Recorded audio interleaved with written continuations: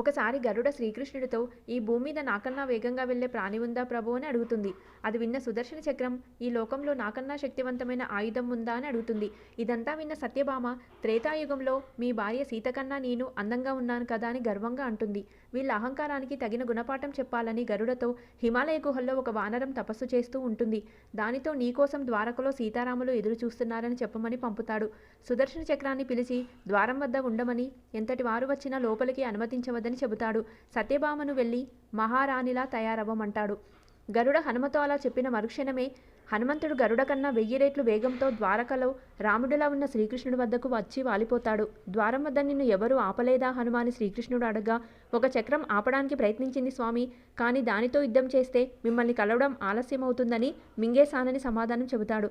తర్వాత హనుమ పక్కనే ఉన్న సత్యభామను చూసి, ఈ చెలికత్తె ఎవరు స్వామి, నా సీతమ్మ తల్లి ఎక్కడ ఉందని అడుగుతాడు. ఇలా శ్రీకృష్ణుడు హనుమంతుని ద్వారా 3 కళ్ళు తెరిపిస్తాడు.